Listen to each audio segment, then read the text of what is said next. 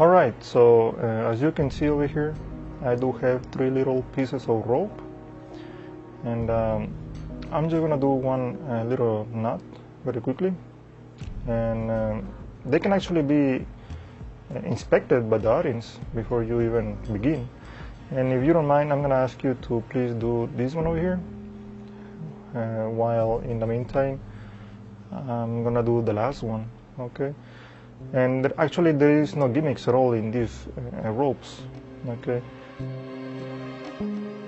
so now this is the one you did, and I do have 1, 2, and 3. Okay, and I'm just gonna explain something very quickly.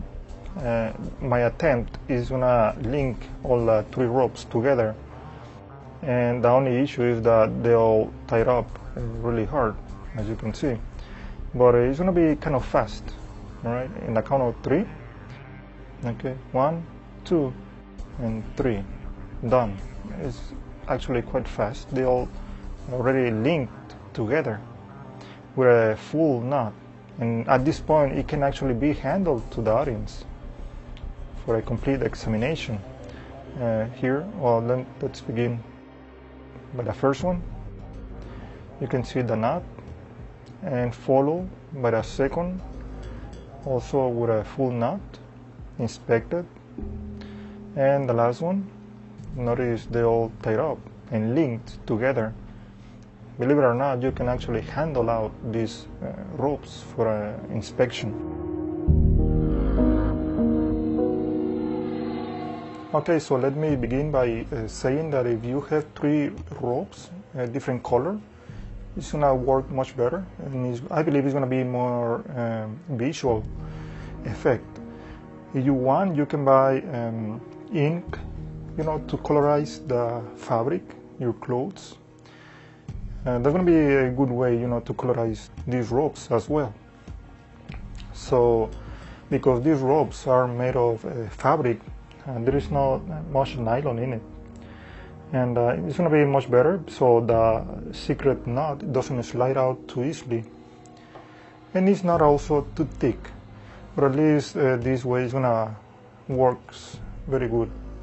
Okay, so the size of this rope is about 50 inches long, and after you cut it, make sure you have a straight end right here, and then I used glue.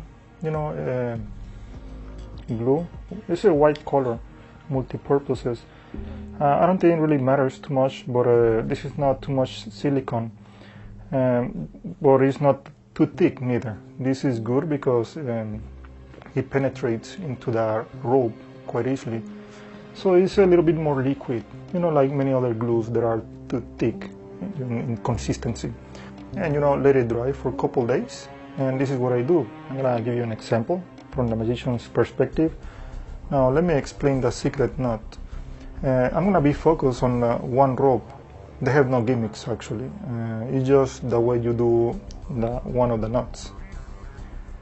And usually, as you can see in the performance, the second rope, I give it to the spectators to distract the spectator from seeing me putting attention the way I'm doing this secret knot. This is all I'm doing. Okay. Notice this end never goes through entirely the hole, and I hide the excessive loop like that. Now obviously you want to keep it a little bit less obvious by keeping both ends a little bit more square, but let me do it once again. This is what I do. I keep at least this length for an extra loop. This goes around once, and then the long one, the long end, this doesn't go all the way through, but at least you pinch about the middle, hold this rope and stretch this other one to close the loop, the circle, so you can pinch right here and stretch. Not too much, otherwise it's gonna get out. Once again, once.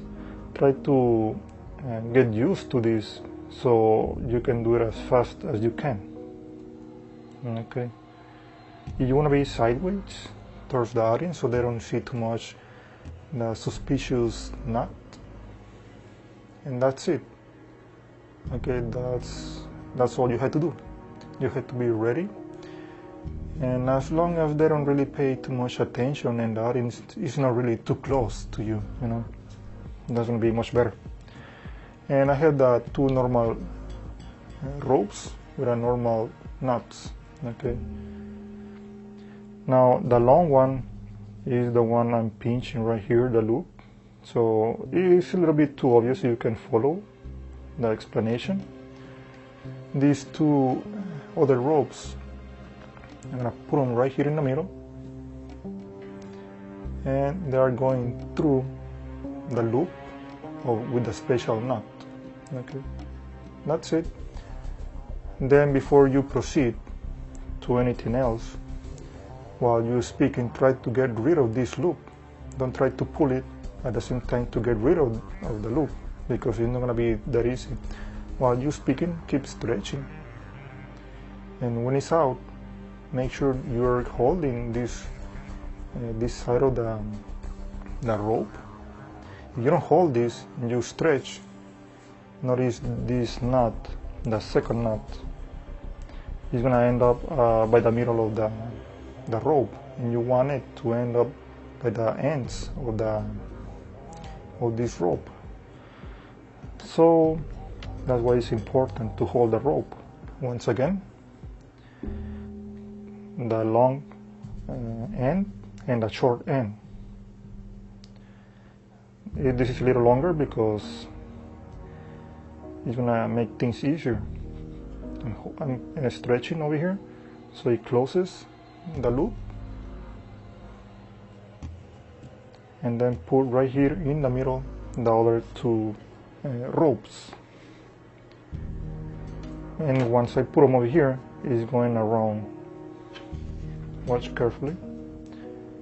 Once I put them over here, they close it, and then this goes inside. These two fingers are holding the rope in place, and when you try to pull it, notice the loop that was pinching this long end is getting off. Once it's off already, you can just pull it. Pull, pull, pull, pull.